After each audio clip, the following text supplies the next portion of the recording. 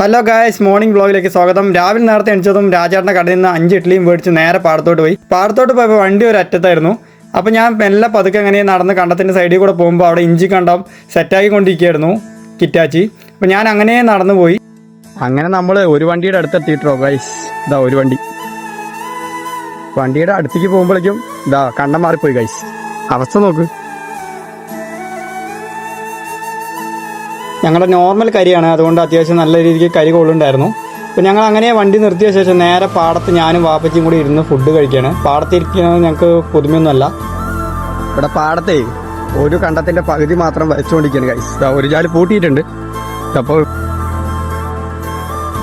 നമ്മൾ വീട്ടിലെ food waste ആകുന്ന സമയത്ത് ഒന്ന് ആലോചിച്ചാൽ മതി. കർഷകരുടെ കഷ്ടപ്പാട് നമ്മൾ മനസ്സിലാക്കണം. അതുകൊണ്ട് ഫുഡ് വേസ്റ്റ് ചെയ്യരുത്. അത് ഉണ്ടാക്കാനായിട്ട് ഒരുപാട് ബുദ്ധിമുട്ടുണ്ട്, ഒരുപാട് പേരിൻ്റെ അധ്വാനമാണ്, അത് മനസ്സിലാക്കണം. എൻ്റെ പേജ് ഇഷ്ടപ്പെട്ടാൽ ഫോളോ ചെയ്യുക. അപ്പോൾ അടുത്ത വ്ളോഗായിട്ട് നാളെ വരാം.